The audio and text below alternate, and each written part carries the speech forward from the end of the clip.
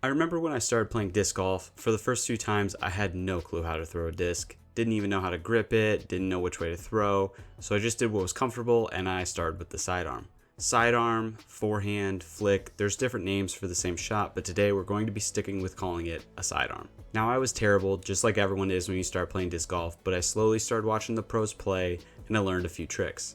And some of those pros are in this video. There's a lot of focus in disc golf now on the backhand, and I mean a lot of focus. Plenty of tutorials out there on the power pocket and all that jazz, but that's not what we're going to be doing today. Instead, we're going to be taking a look at disc golf shot that doesn't get the recognition it deserves, the sidearm. And we're looking at the best who do it right now. We've got the top 10 disc golf sidearms. Now we're only looking at that specific shot, so sorry to say, James Conrad, you're not in this top 10. I'm not going to just include the farthest throwing sidearm guys that we have on tour. Instead, we're going to be focusing on accuracy, upshots, how often they rely on the sidearm, and distance. Since the best of the best have the ability to use both the backhand and the sidearm, those who really only use the sidearm get bonus points.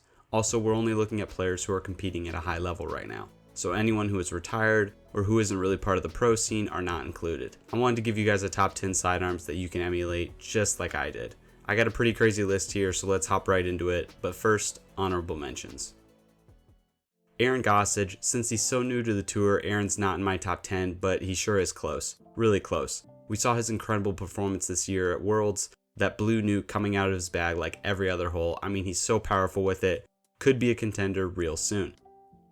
From a pure power standpoint, AB makes honorable mention. He has great upshots with it too, it's just that he uses his backhand a lot as well. But I mean, come on, watch this shot and tell me he's not one of the best sidearms on tour. Our only lefty on the list, there aren't many out there, but we do have one guy at the top leading the charge. Chris Clemens is having a very solid year, and for the past few years, he's been a guy who's very consistent, and his best tool, his sidearm. Now when you think about it, since Chris is a sidearm dominant, he's actually able to play a lot of courses just like everybody else because, as we all know, lefty sidearm is the same flight characteristics as a righty backhand. Chris has great accuracy and pretty solid distance with this shot. He's not the biggest bomber on the course, but his flip-up game is really solid. My number 10 spot and opening our list, Chris Clemens, may be the best hair on tour. Now I know, Macbeth in the top 10, it's not very shocking, but he is kind of far down the list. Mainly because he doesn't use the sidearm that much, but this year we have been seeing him use it a little more often, especially at this past Worlds. A lot of drives were needed at that tournament to really get you in position, and Macbeth did just that with his powerful sidearm. He's only this far back because his backhand is just his go-to shot, but if he played sidearm only, he would still be a top 15 player. That's a pretty hot take, but when you watch him play and his backhand really isn't showing him much, he has this powerful forehand to fall back on. Bonus points for his accuracy ability in the woods as well. Ball's gonna go around it, I think. Yeah, This is gonna be great. That's gonna park it. Oh wow, that is a fantastic. That's the best forehand drive we've ever seen in this hole. It is. Now I know Adam Hammes may be having a bit of a bad year compared to last year, but don't you guys forget Hammes was a top dog just a year ago, and his sidearm, super powerful. His upshots, very accurate. He throws those zones so well. I remember watching him and being like, yeah, I'm gonna learn how to throw my zone like 350, that would be useful.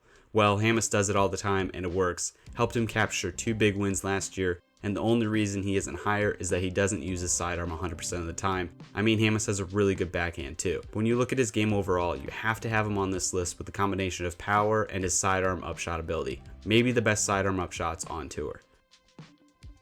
Andrew Marweed has a very unique style for disc golf. As you guys will see when we climb higher onto my list, the sidearm has faded from popularity a bit. Most players can do everything, but Marweed has really brought it back into focus. And he hasn't done it on the open bomber courses either. He has really succeeded in playing well with the forehand in the woods. We saw last year how close he came to winning at Idlewild in a playoff, but that whole tournament, and from what we've seen this year, he has this really great shot shaping ability with the forehand. He hasn't won on tour yet, but he will.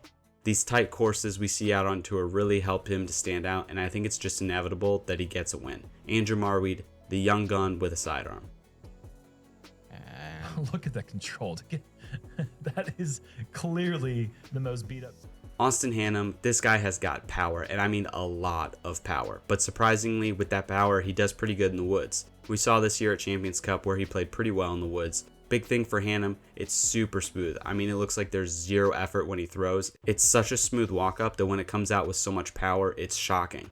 Just a flick of the wrist, and Hannum is able to send the disc flying. He's extremely forehand dominant, so if you're looking for a player to mimic, I would recommend Hannum. Good luck having that much power though with that smooth of a throw. Hannum also has one of the best forehand aces I've ever seen. D3, 400G. This looks good. Get a little skinny. Hammers it up. Oh, there's my no way. Austin gosh. Hannum just had one of the most incredible aces. I don't think you guys, if you haven't played this hole, They don't even know yet. They literally don't even know yet. seems like they're kind of questioning it. They're oh, Brad can't believe it. He drops his disc. That's a dream ace. Like, Greg Barsby is the man. He's actually been having a really great year, very consistent. He even won over in Europe this year. The thing about Barsby is that he's been doing it for quite some time, and as we get into the higher ranked guys on my list, Barsby deserves to be up there. He's an OG of the game, and his sidearm has to be included. Power is not in Barsby's favor, I'll say that, but he does not let that slow him down. His flip-up shots are great, top-notch, and they helped him win a world title. Once we get into the upper part of the rankings, Barsby is almost the gatekeeper of the sidearm. He's been doing it so long, still doing it at the top level, and he does not let the big bombers out on tour sway him from what he does best, and that's to throw sidearms. Really accurate sidearms that help him attack holes very differently. Ricky Wysocki, counterpart to one of the greatest rivalries disc golf will probably ever know, Macbeth vs. Wysocki. Unlike his counterpart, Wysocki is a bit more sidearm dominant. Not completely, and that's why he isn't higher up on my list, but that doesn't mean he still isn't one of the best.